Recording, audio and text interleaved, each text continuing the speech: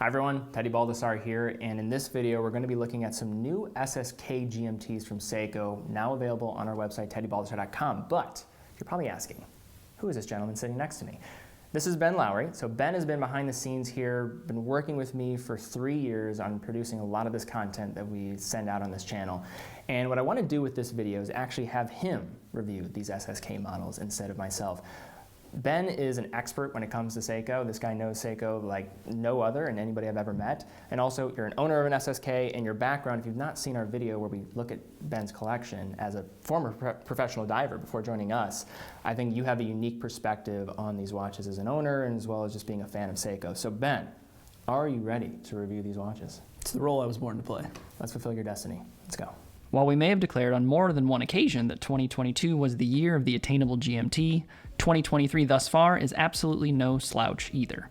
Thus far this year, we've already seen a broad assortment of great new GMT watches from the likes of Longines, Laurier, Bulova, and of course, Seiko, who in many ways started the attainable GMT charge with the Seiko 5 Sports GMT back in 2022. The OG SSK collection offered so much that previously simply didn't exist on the market at large, leaning into a brand new 4R34 caliber offering collar GMT functionality for less than $500. Considering the massive levels of success enjoyed by the original SSKs, it's only logical that Seiko would go back to the well. But even though we all knew there would be additional SSK references on the horizon, I'm not sure anyone would have guessed correctly at exactly what Seiko would actually unveil with this first round of SSK model extensions.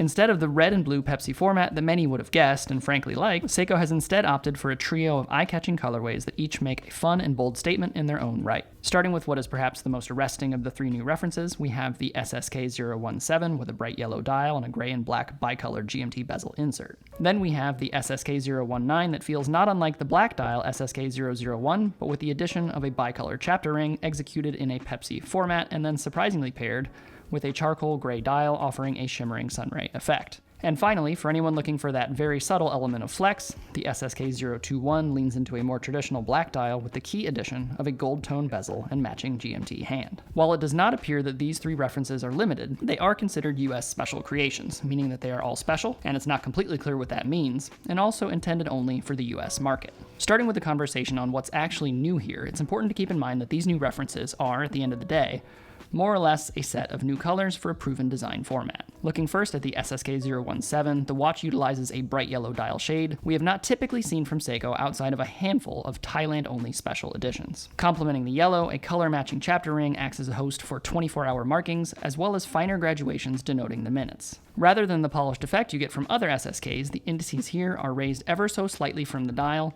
and dark gray or gunmetal in color, a shade that also frames the thickly applied Lumibright on the hands, with the GMT hand standing out in bright red. Looking at the mineral crystal capped bezel insert, we have a black and gray bicolor effect evoking the tried and tested SSK001. Jumping over to the SSK019, we have a very slight twist on the established black and gray SSK design, here utilizing a shade of dark gray as opposed to pure black, like we have on the SSK01, but paired with a striking red and blue chapter ring that again offers 24-hour printing as well as a measure of day-night functionality, while pairing well with the red GMT hand. And finally, we have the SSK021 that is again similar to the aforementioned 019, but for the addition of an IP-coded gold tone bezel, gold-colored GMT hand, and matching gold GMT text on the dial. Somewhat surprisingly, the steel and gold motif isn't repeated on the Jubilee bracelet that serves as a big improvement over the old Seiko Jubilee style bracelets that accompanied the SKX, for example, but still has just enough rattle on the wrist for some vintage charm. Taking up a conversation on the wearing experience, the watch showcases a familiar 42.5mm diameter, a 46mm lug-to-lug, and a thickness of 13.6mm. The case does wear smaller than the proposed diameter in practice,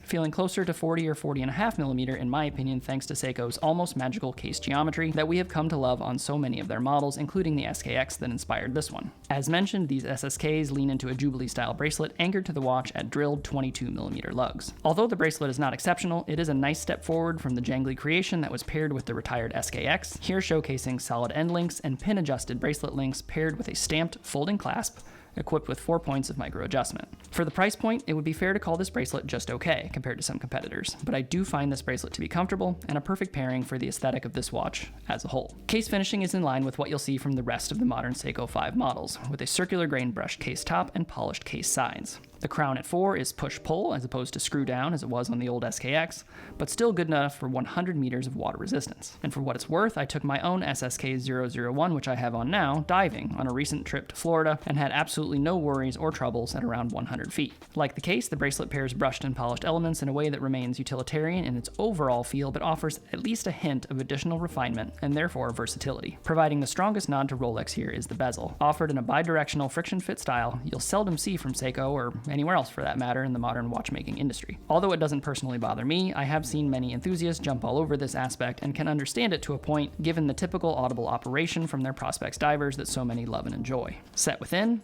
a mineral crystal offers a look that is not so different from ceramic, though it will be much easier to scratch. As is typically the case with Seiko in this price range, the crystal is also composed of Seiko's Hardlex mineral, which, while being less durable compared to sapphire, has always held up fine on all of my Seiko divers despite hard use. Moving over to the movement, in view beneath the safety of a mineral exhibition caseback on the flip side of the case is the industry-shaking 4R34 automatic movement. The 4R34 oscillates at 3 Hz or 21,600 vibrations per hour. It offers hacking and hand winding and a power reserve of 41 hours. Though the visible caliber doesn't offer much in the way of finish, which is perfectly fine, as really, what can we expect for $500? However, the big move is the ability to track an additional time zone, with this caliber offering caller or office GMT functionality with its trademark independently adjustable 24-hour hand. To set it up, you'd pull the crown to the second position and rotate it counterclockwise to set the date, before pulling the crown to the farthest position and advancing the hands to demonstrate the correct time and date. You'd then push the crown back to the second position and rotate it clockwise to set the unidirectional 24-hour hand to display your desired secondary time zone in coordination with the markings on the chapter ring or bezel. And while this caliber is nothing necessarily sexy,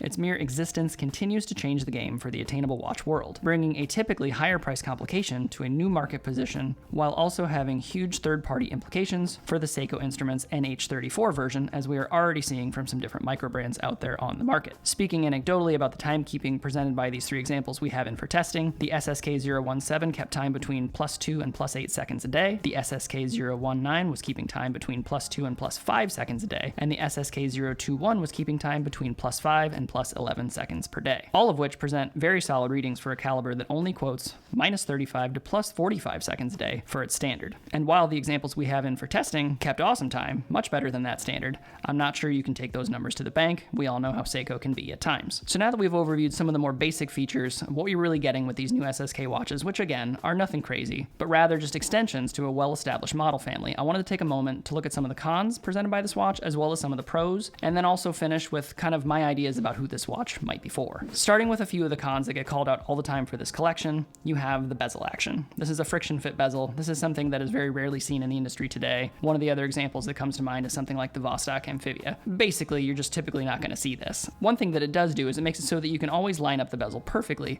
but it doesn't give you that nice, audible, or tactile feedback that you get from a lot of Seiko bezels. In addition to that, you're looking at a mineral crystal over the dial, as well as a secondary mineral crystal kind of acting as that bezel insert. And Seiko's mineral crystals are great. They are relatively shatter resistant, but you're also looking at something that is going to scratch quite a bit more easily than sapphire. Again, for $475, which is what these go for, it's not crazy, but it's something to keep in mind if you plan to be a little bit harder on your watches. And finally, there's the differences between this model family and the rest of the Seiko 5s and the SKX, which they emulate in many ways. This is a push-pull crown, and it's 100 meters of water resistance. As I mentioned, I took this watch diving. I had no issues. I don't think you'll have any issues either, not that we're condoning its use for diving, but it's important to keep in mind watches are, in many cases, a lot more capable than we think. And with that being said, I think we should take a look at some of the pros. First, I mean, we have 3 new dial colors here, which is a good thing. This is a great collection of watches. This is taking up a new position. It has changed the market at large in a lot of different ways. And 1 year later, after the introduction of the SSK collection, this remains, as far as I know, the least expensive mechanical GMT on the market. It also leans into some of the best dive watch design language, sport watch design language on the market, descending from Seiko divers of old. And then I'll say here, 100 meters. I listed it as a con, but it's also kind of a good thing. That is more than enough for most people and should provide plenty of peace of mind for anyone using the watch in a normal way. In addition to that, I think the overall design format of these remains awesome. I mean, these new colors are maybe a little bit more out there, a little bit more eccentric, a little bit outside of the norm presented by the first 3 references, but that's a good thing. These present an intriguing option for somebody who likes the SSK, likes the SKX and other Seiko watches that are now gone, but wants something that presents a little bit more individuality, acts as a little bit more of a deep cut, shows that you're part of the enthusiast community. I mean, they're special creations. It's a little little unclear what that means, but it's kind of fun. I think we can all agree on that. In addition, I mean, these are 13.6 millimeters thick, or I guess we should say 13.6 millimeters thin, which is still pretty solid for a modern sports watch, especially a GMT. I mean, we can call out a number of examples from the luxury tier, including brands like Tudor, of GMTs that are simply thicker than this. And of course, they offer more functionality, being true as opposed to collar GMTs. But I think a lot of the talk about thickness with watches with GMTs is a little bit overblown, and I find this one to be very comfortable on the wrist. And that essentially is my take. I mean, these are nothing new, nothing meteoric, not a huge change from the last collection of SSKs, but a great sign of things to come, and also a fun set of 3 new watches that offer something different. You have the striking yellow dial, evoking Thailand special editions of the past.